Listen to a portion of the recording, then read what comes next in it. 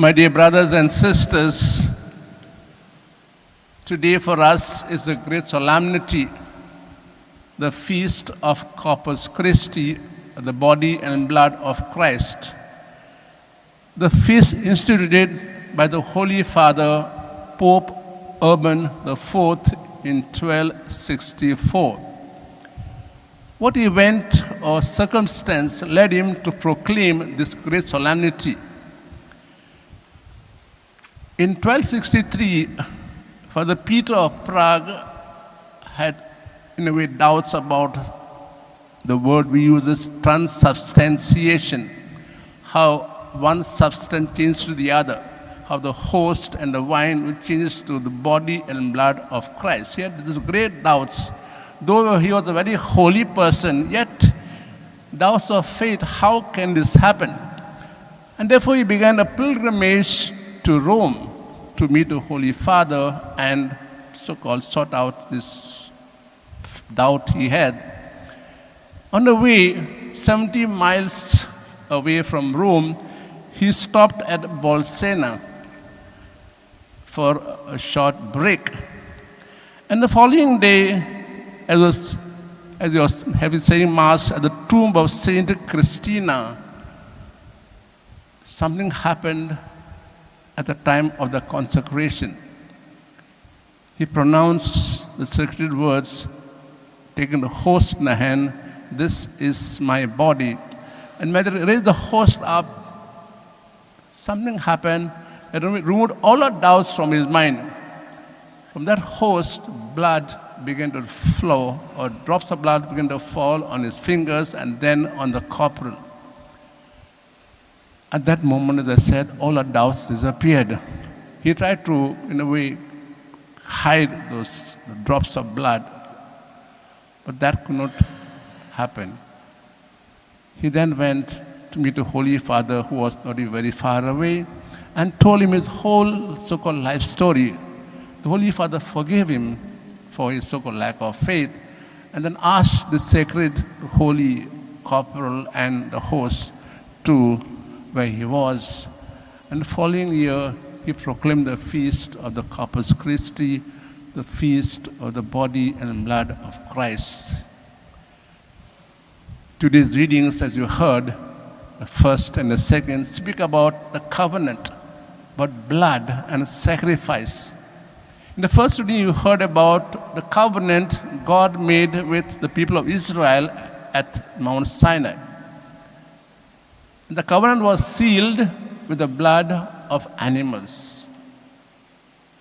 In the second reading, the author tells us about the new covenant, which God made with the new people with the blood again, not of the lambs, of Jesus himself. In Gospel passage, you heard about the preparations for the institution of the feast of the Holy Eucharist and how Jesus took bread and wine, blessed it, said, "Take and eat and drink. This is my body and this is my blood." On the following day, he will actually spill so-called his blood on us, on the earth.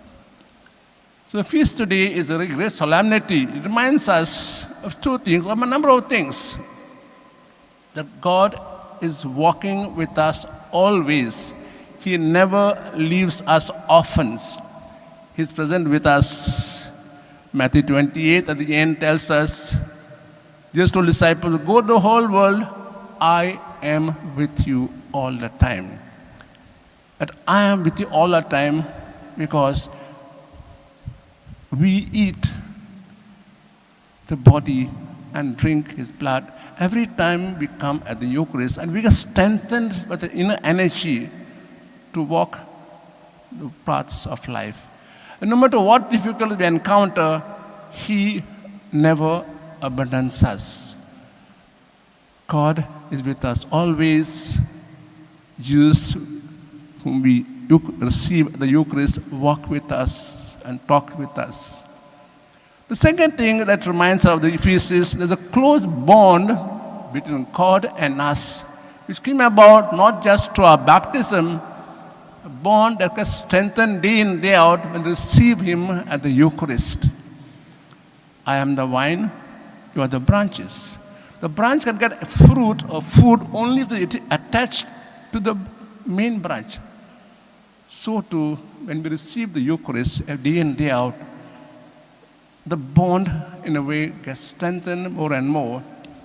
And therefore, not just with us and God, but among ourselves, where we all belong to one family. So today, if He reminds us, tells us to do two things, that Jesus broke His body and blood by dying on the cross. We are called to do the same in our day-to-day life when you have faced challenges, especially regarding values of life or today's circumstances. We are called to fight for the right. Second thing is, when you come for Mass every day and receive Him, let's prepare ourselves well, knowing that we don't receive just the host, we receive Him and His life with us. We ask God to give us that grace today as we have solemnity to believe that God is always with us. He will never leave us orphans.